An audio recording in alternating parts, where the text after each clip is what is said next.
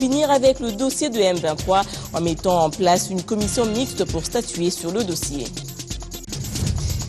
La plainte pour corruption déposée par le conseil spécial du chef de l'État en matière de lutte contre la corruption auprès du procureur général de la République continue à alimenter la polémique.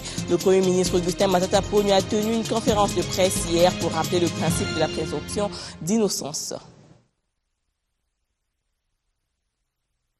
Le Premier ministre a tenu à réagir à la demande d'ouverture d'enquête pour fraude et faits de corruption déposée il y a un peu plus d'une semaine chez le procureur de la République par le conseil spécial du président de la République pour la bonne gouvernance. Augustin Matata Ponyo a réaffirmé son adhésion sans faille à préserver l'honneur et la dignité des personnes citées dès lors qu'il ne s'agit que d'une dénonciation telle que l'indique bien le procureur général de la République. L'opinion tant nationale qu'internationale a été informée de la démarche effectuée auprès du procureur général de la République par les conseillers spéciaux du chef de l'État en matière de bonne gouvernance, de lutte contre la corruption, le blanchiment des capitaux et le financement du terrorisme. Cette démarche consiste, comme l'a précisé le procureur général de la République, en une dénonciation. Il ne s'agit donc pas d'une plainte ni de faits résultant des enquêtes menées par des services attitrés. Sur cette base, nous ne pouvons donc tolérer des incartades, surtout de la part des membres du gouvernement que nous dirigeons et de nos proches collaborateurs. Il y a cependant lieu que la vérité et l'objectivité prévalent, conformément au principe de présomption d'innocence, en vue de préserver l'honneur et la dignité des personnes citées dès lors qu'il ne s'agit que d'une dénonciation telle que l'indique bien le procureur général de la République. Cela est d'autant plus vrai que la véracité de certains éléments faisant l'objet de dénonciations est sujette à caution. Y aura-t-il ou non dialogue national? Il serait prématuré de se prononcer pour l'heure. Lambert Mende a recommandé une approche nuancée aux uns et aux autres en attendant la fin des consultations présidentielles. Mais il est revenu sur la participation de la force onusienne dans la traque des groupes rebelles encore actifs dans l'est de la RDC. Christian Elongo. Lors de ses rendez-vous avec la presse, Lambert Mende Omalanga a d'entrée des jeux tenu à préciser que le président de la République n'a pas encore fini avec les consultations des différentes composantes de la vie nationale. Ceci avant de faire remarquer que l'éventualité d'un dialogue politique dépend du pouvoir discrétionnaire du chef de l'État. Pour ce qui est du médiateur, l'approche du gouvernement ne concorde pas avec une frange de l'opposition qui ne jure que par une médiation extérieure. Certains se sont laissés aller à invoquer la qualité de la personne devant prendre l'initiative du dialogue ou du médiateur attitré en s'entremêlant les pinceaux avec la résolution 2098 du Conseil de sécurité des Nations Unies dont ils ont dénaturé délibérément le contenu en prétendant qu'elle prévoit que la convocation du dialogue en question devait être exclusivement le fait d'un médiateur désigné par la communauté internationale, un médiateur étranger qui serait M. Martin Kobler, représentant spécial du secrétaire général des Nations Unies en République démocratique du Congo.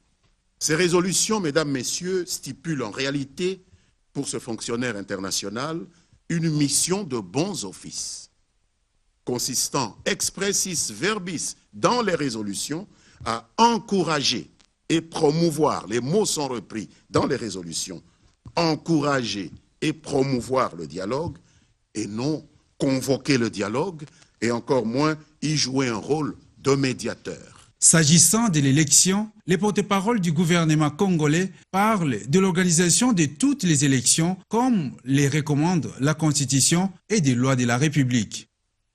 Il y a bel et bien des élections qui, au regard de nos lois, auraient dû se tenir. Les unes en 2006, les autres en 2011, et qui ne se sont pas tenues. Le respect que nous devons à la loi justifie amplement que nous les organisions avant les élections qui n'ont souffert d'aucun retard. C'est ce que la Commission électorale nationale indépendante a appelé les arriérés électoraux. Élections locales, élections provinciales. Autre sujet évoqué par Lambert Mende Omalanga, c'est la position du gouvernement qui reste la même concernant la coopération entre les FARDC et la force de la MONUSCO pour lutter contre les FDLR. Fausse alerte, la fièvre hémorragique Ebola n'est pas de retour en République démocratique du Congo. Les 6 chasseurs décédés à Machambio dans le Bandundu en début de semaine seraient plutôt morts de suite d'une intoxication alimentaire et non d'Ebola comme la nouvelle tendait à se répandre. Et c'est le ministre de la Santé publique, Félix Kabange-Numbi, qui l'a fait savoir. Ebola a-t-il réapparu en République démocratique du Congo, précisément dans la province de Bandundu? La question est sur les lèvres de plus d'un au lendemain du décès des 4 sur 6 chasseurs, dont 3 de Massambio et 1 du Bandundu. Ces derniers avaient abattu puis mangé une antilope qui titubait dans la brousse. Face à cette suspicion, la mise au point du ministre de la Santé était très attendue. Quand nous avons eu l'alerte, nous avons envoyé très tôt hier matin une équipe de l'INRB et des épidémiologistes de la 4e direction avec, parce que c'est une mission aussi bien d'investigation que d'intervention, donc ils sont partis avec du matériel de prélèvement, avec du matériel de protection, avec des pulvérisateurs, avec du chlore, avec tout ce qu'il faut justement pour prendre en charge une infection transmissible, parce que jusqu'à présent, au niveau du ministère de la Santé, nous n'avons pas encore dit qu'il s'agit d'Ebola. Paradoxe à signaler dans cette affaire, les personnes décédées n'avaient manifesté aucun signe de fièvre. Difficile d'évoquer une éventualité de la fièvre Ebola dans ce contexte, précise Kabange-Numbi. Quand on parle de la maladie à virus Ebola, c'est une maladie virale, c'est une maladie infectieuse. La fièvre, c'est le maître mot. Sinon, vous ne verrez pas, à travers le monde, on utilise des scanners thermiques ou des thermomètres à laser pour détecter si la personne a la fièvre. À ce moment-là, la personne peut être contagieuse.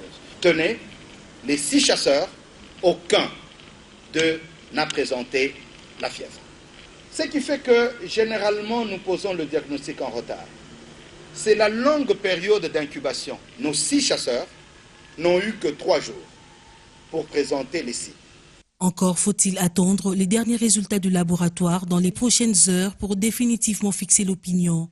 Toutefois, le respect strict des règles d'hygiène s'impose afin d'éviter toute contamination. Un reportage de Patricia Panzou.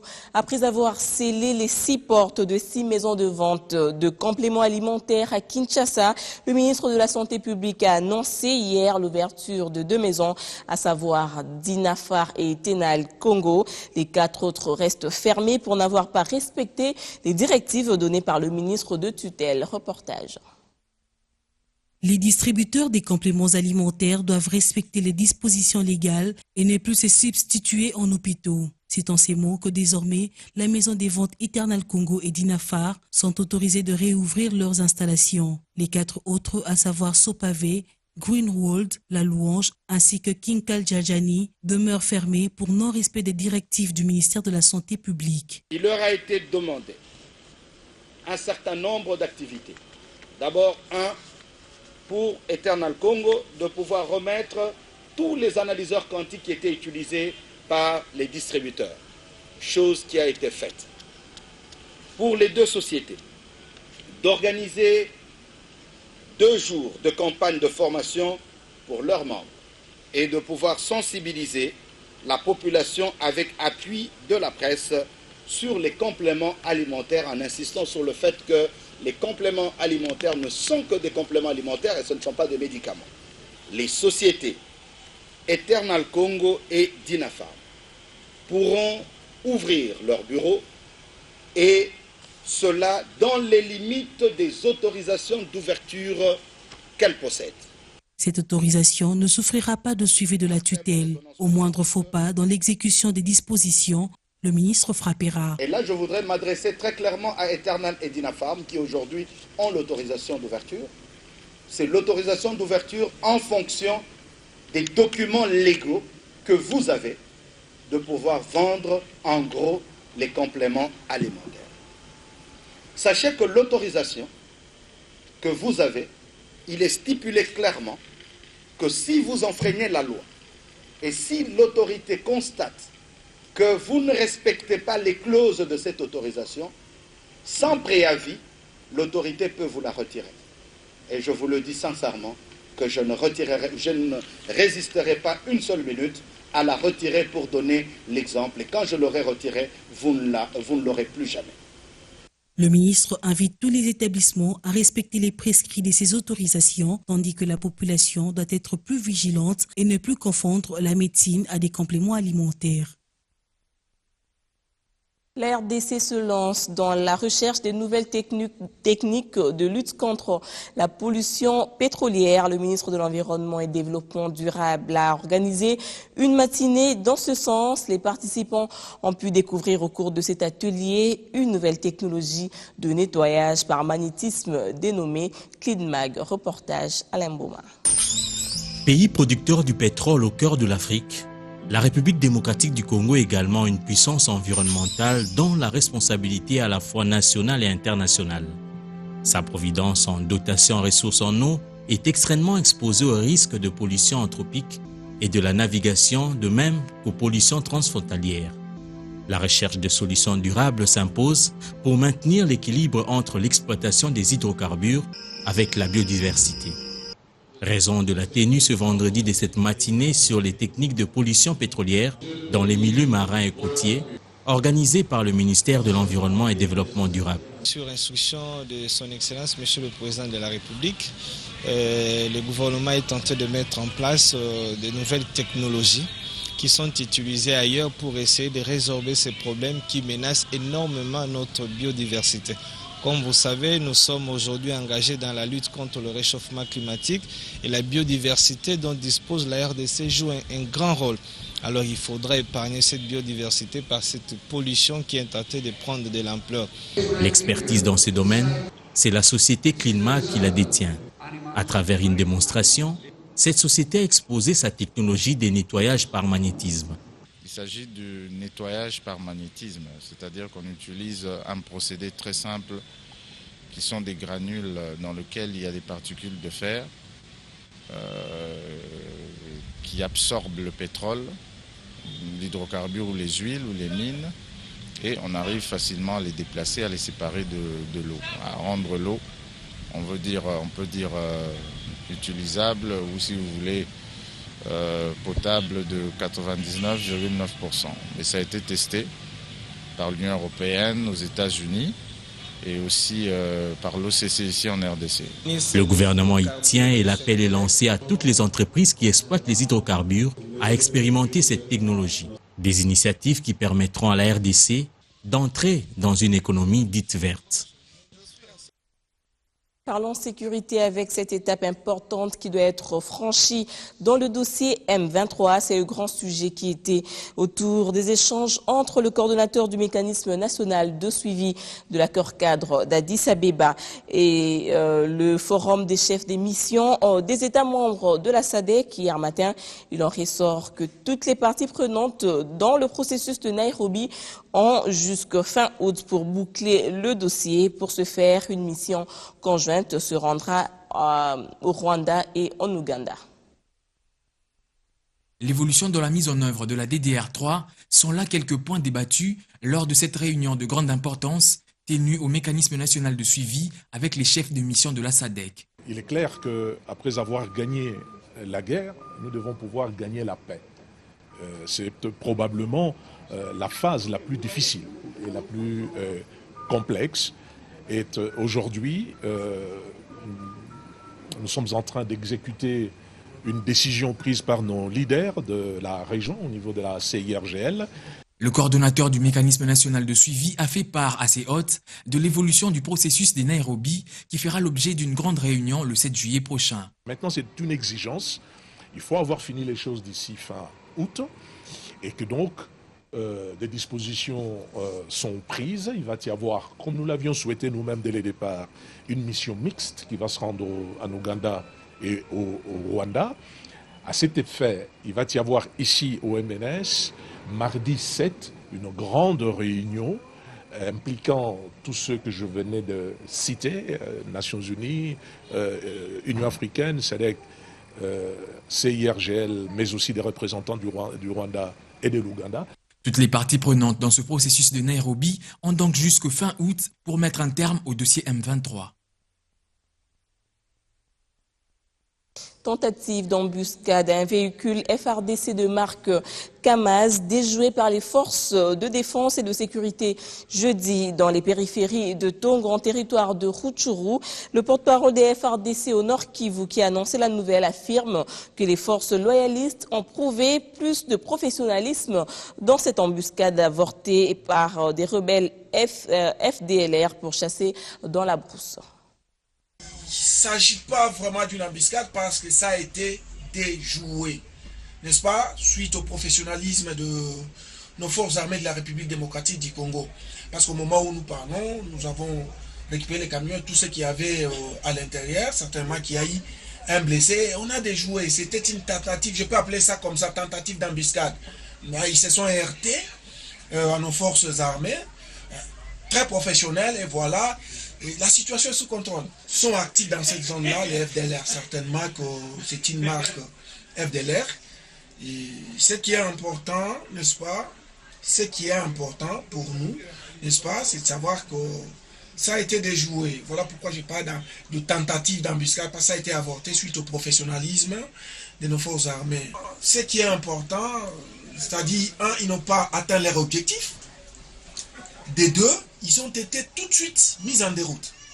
Mon ami, vous devez savoir que ces gens, suite à la puissance des feux de nos forces armées de la République démocratique du Congo, sont toujours en débandade. Et là, maintenant, ils sont en quête, ils recherchent qu'est-ce qu'ils peuvent mettre sous la bouche.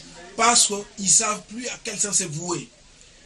Voilà pourquoi nous avons toujours dit que les temps est là, ils peuvent toujours se rendre. Revenons à Kinshasa, l'association des courtiers immobiliers de la ville de Kinshasa, ASIVECA, était en assemblée générale d'évaluation hier à Njili. À l'issue de cette rencontre, les courtiers, autrement appelés commissionnaires, sensibilisent pour la convocation des états généraux de leur domaine. Reportage Constantin Tamboué. Ils se sont mobilisés des 24 communes de Kinshasa, évaluer leur situation sociale et professionnelle, mais aussi réfléchir sur le devenir du métier de courtier immobilier qui souhaite noble. Ceux qu'on appelle communément commissionnaires reconnaissent les antivaleurs qui tirent vers le bas leur domaine à travers les non-qualifiés qui envahissent la profession. En même temps, ils dénoncent la marginalisation dont fait l'objet la plupart. Alors, le chef de l'État l'a souligné devant les deux chambres du Parlement que ce secteur ne peut pas être un pourvoyeur de conflits plutôt que de paix. Voilà pourquoi. Et surtout que nous, les courtiers immobiliers, que vous appelez commissionnaires, nous sommes marginalisés, déconsidérés. Et je dirais même nous sommes menacés et nous sommes à l'insécurité depuis que notre métier existe dans notre pays. Les états généraux des courtiers immobiliers, c'est le message, en même temps la revendication qu'ils adressent à l'autorité. Ils s'y préparent à travers les ateliers de mise à niveau que l'ASIVEC, le regroupement, compte organiser. D'abord les états généraux, parce que c'est la grande information, les états généraux, qui sera une première. Et il y aura aussi des ateliers préparatifs des états généraux des courtiers qui va se passer dans les jours à venir. Voilà. Il y aura aussi des séminaires de formation, de mise à niveau des courtiers immobiliers. Il y aura des journées portes ouvertes, il y aura des ateliers, voilà. L'association des courtiers immobiliers de la ville-province de Kinshasa souffle également sur ces 4 bougies, mais envisage surtout célébrer le prochain anniversaire dans un cadre fédérateur et légal, à même de valoriser cette profession comme d'autres. On va revenir sur la fête nationale 30 juin, moment de retrouvailles aussi pour les membres de l'association Barumbu Fongola Miso pour célébrer l'indépendance, aussi réfléchir sur le développement de cette commune et surtout sur l'avenir de la jeunesse. Eux, ce sont les membres de l'association Barumbu Fongola Miso. La célébration de la fête de l'indépendance le 30 juin dernier a été un grand moment de mise en commun pour le destin de leur municipalité de Barumbu. Initiée par le coordonnateur de l'association Boba Miso, cette rencontre avait aussi pour objectif d'honorer l'un des pères fondateurs de l'indépendance Bolikango. Le bilan il est complexe, hein? Il y a un bilan à la fois négatif, à la fois positif. Déjà l'indépendance c'est le point positif, mais l'avenir de la jeunesse c'est quand même un point négatif. Donc c'est pour ça qu'aujourd'hui nous avons quand même voulu amener maman Bolikango pour qu'elle puisse nous parler de l'indépendance et par là faire une synthèse sur la situation. Et pourquoi les femmes ont-elles été à l'honneur? Le coordonnateur répond. Ce sont les mamans qui font tout pour nous. Aujourd'hui, pour que moi, Boba Miso, je pense, c'est parce que j'avais une mère qui m'a supporté pendant 9 mois. Alors chanter, bien entendu, il fallait donner aux mamans la primauté de La veuve Bolikango parle de points saillants de l'avènement de l'indépendance.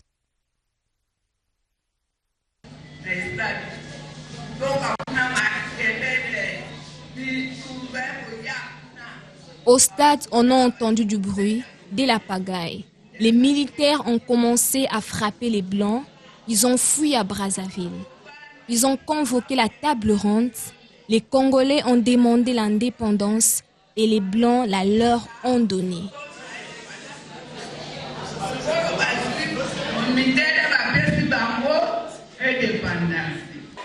Un cadeau a été offert aux femmes présentes et après quelques pas de danse, un dîner a été servi aux membres de l'association Barumbu Fongola Miso. CHAN 2016, les léopards de la RDC version CHAN démarrent les entraînements aujourd'hui au stade Père-Fay de la Kétul dans le cadre des éliminatoires du CHAN Rwanda 2016. Sous la direction de Jean-Florent Ibenge, l'entraînement sera basé sur les gardiens de but du fait que Robert Kidjaba Mouteba a pris sa retraite internationale à l'issue de la CAN Guinée équatoriale 2015. En culture, c'est parti pour les festivals Connexion Kin 6e édition. Ce plateforme qui réunit de nombreux artistes de la RDC d'ailleurs pour la promotion des arts visuels contemporains. Le go a été donné hier à la place commerciale 7e rue Limité. Je vous laisse vivre le moment fort de cette cérémonie d'ouverture.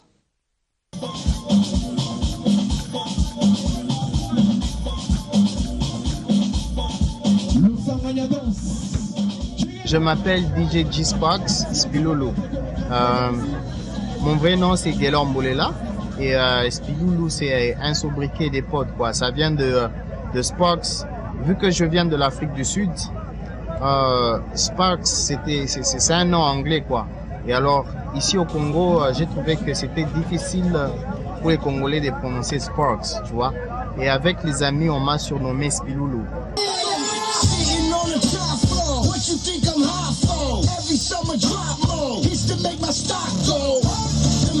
Autre chose d'abord, c'est que c'est ma première fois de venir à Kinshasa. Et la deuxième chose, c'est que c'est KVS. En fait, tu vois, Connexion Kin, c'est un grand festival. Et venir ce festival, l'ouvrir, pour moi, c'est hallucinant, quoi. C'est un grand truc pour moi.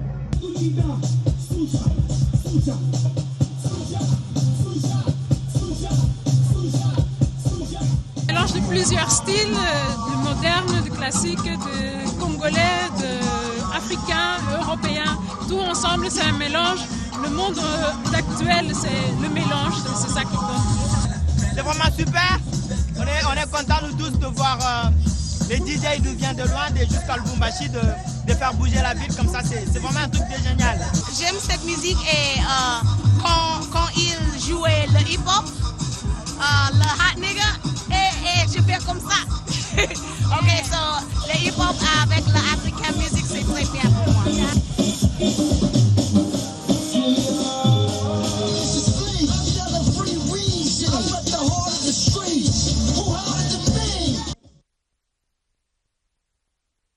Voilà, c'est sur cette note de culture que nous mettons un terme à ce journal. Merci de l'avoir suivi. Bon week-end à tous et à toutes.